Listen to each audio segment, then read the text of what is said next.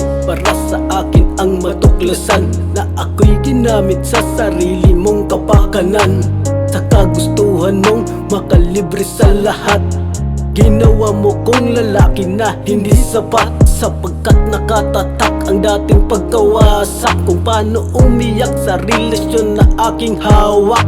Hawak kahit na di patiyak, ayoko pang bitawan ang aking kalakasan na sa palang kahinaan, na siyang naging dahilan kung ba't ako nakakulong sa kabiguan ng kahapon. Hanggang ngayon binubulong na lang sa isip ko ang mga tanong, saan ba nagkamali?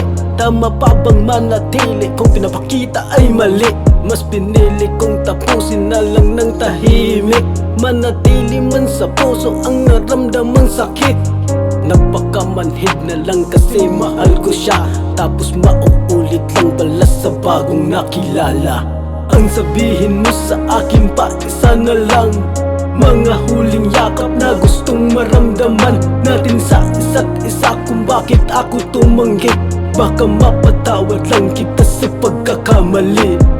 Ang sabihin mo sa akin pa isa na lang, mga huling yakap na gustong maramdaman natin sa isa't isa, kung ba't ako ang nagbigay. Matutokso lang ako sa tulad ng malaanghel. Nagpasya akong sorpresahin ka na lang ng regalong ng laman ay mga usapan ng kaibigan mo na siyang kaibigan ko na rin. Naawa sa akin kung kaya't pinapaamin sa relasyon natin kung ano ang intensyon. May kinakasama na, bakit pa may koneksyon? Tayong dalawa pinaasa mo lang sa wala, at kung patuloy lang akong magpapakatanga, anong mapapala sa oras at panahon?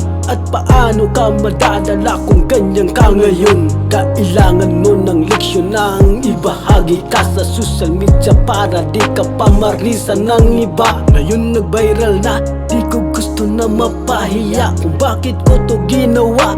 Kasi mahal kita, matuto ka na sana ngayon. Alam mo na mananatili alaala kahit na burado na.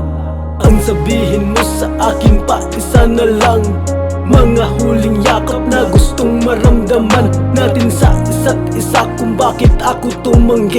Baka mapatawad lang kita sa pagkakamali.